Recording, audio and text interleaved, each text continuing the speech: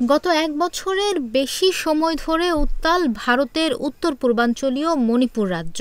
বিগত কয়েক মাস রাজ্যটি সাময়িকভাবে শান্ত থাকলেও সহিংস সংঘর্ষের জেরে সম্প্রতি আরও উত্তপ্ত হয়ে উঠেছে। তবে এরই মধ্যে চাঞ্চল্যকর তথ্য দিয়েছেন ভারতের মণিপুরের নিরাপত্তা উপদেষ্টা কুলদীপ সিং। খবর এনডিটিভির। গুঞ্জন ছিল আগেই, এবার সেটি স্বীকার করল কর্তৃপক্ষ। শুক্রবার ২০ সেপ্টেম্বর সাংবাদিকদের তিনি বলেছেন, আমরা একটি গোয়েন্দা রিপোর্ট পেয়েছি যে প্রতিবেশী দেশ মিয়ানমার থেকে ৯০০ কুকি সন্ত্রাসী মণিপুরে প্রবেশ করেছে।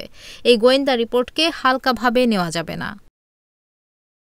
নাম প্রকাশে অনিচ্ছুক শীর্ষ গোয়েন্দা সূত্র এনডিটিভিকে জানিয়েছে, গোয়েন্দা প্রতিবেদনটি দক্ষিণ মণিপুরের ভারত মিয়ানমার সীমান্তবর্তী জেলাগুলির সকল সিনিয়র পুলিশ সুপারদের কাছে পাঠানো হয়েছে।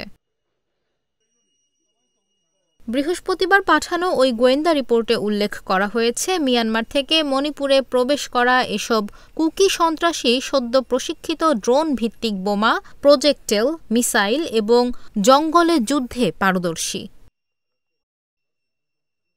কয়েকজন গোয়েন্দা কর্মকর্তার বরাতে এনডিটিভি বলছে, এসব যোদ্ধা ৩০ জনের গ্রুপে ভাগ হয়ে মণিপুরে প্রবেশ করে। তারা এই মাসের শেষ দিকে মেইতিদের গ্রামে বেশ কয়েকটি হামলার পরিকল্পনা করে থাকতে পারে। এই গোয়েন্দা তথ্য শতভাগ সত্য বলে শুক্রবার সংবাদ সম্মেলনে মন্তব্য করেছেন মণিপুরের নিরাপত্তা উপদেষ্টা কুলদীপ সিং।